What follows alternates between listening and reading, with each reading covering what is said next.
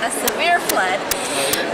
Once we had a huge flood in Reno, Nevada, a flash flood. I know it's desert, but it can get very wet there.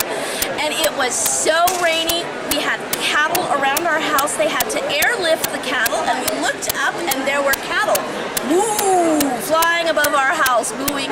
And you know what? Our roof had a big hole in it because we were fixing our roof, and we have been rebuilding our house for years now, just trying to get through it. And if you are ever in a flood, you need to know it will take a long time to recover, but don't give up. You'll get there eventually. This is my friend Nancy. I'm Nancy. I'm also from Sparks, Nevada, and I'm a teacher, as is Bobee Kay. And in '97, we had a very severe flood in Reno and Sparks, and the river crested, and one young man in a little creek was watching the flood in the creek about a half a mile from my house, and he fell in and was drowned. It was pretty sad. But we also had a theater that happens to be underground, part of it, including the pit, and I'm a musician. And luckily, by the time we were done with an opera, we were able to get all our instruments out, but if we had left our instruments down in the pit, they would have been in 10 feet of water. And the theater was closed for several months because they didn't have the proper pumping system to keep the water out. So it had a small impact, but the death was really sad for our community.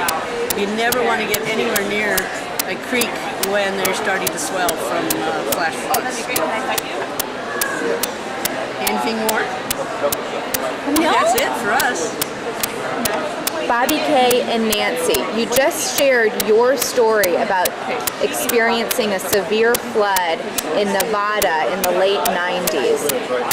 Each of you answer for us, if there was one thing that you wish you had known or done to prepare before those floods, what would it have been? Bobee Kay, let's start with you.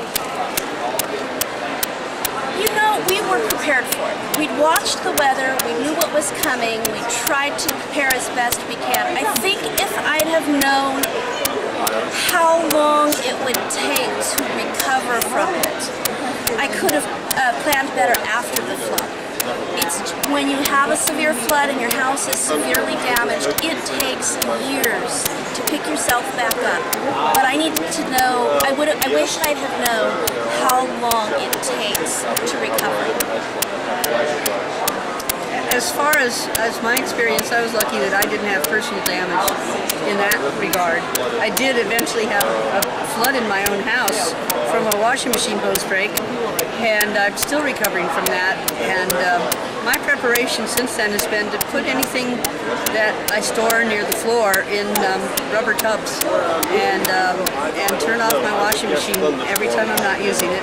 But as far as the young man who died, I think the media needs to continue what they've already done a good job of, is reminding people when there are flash floods to stay away from bodies of water, where people normally see a little pleasant little creek trickling by and not realizing that they can become torrential, very dangerous and deadly, powerful rivers.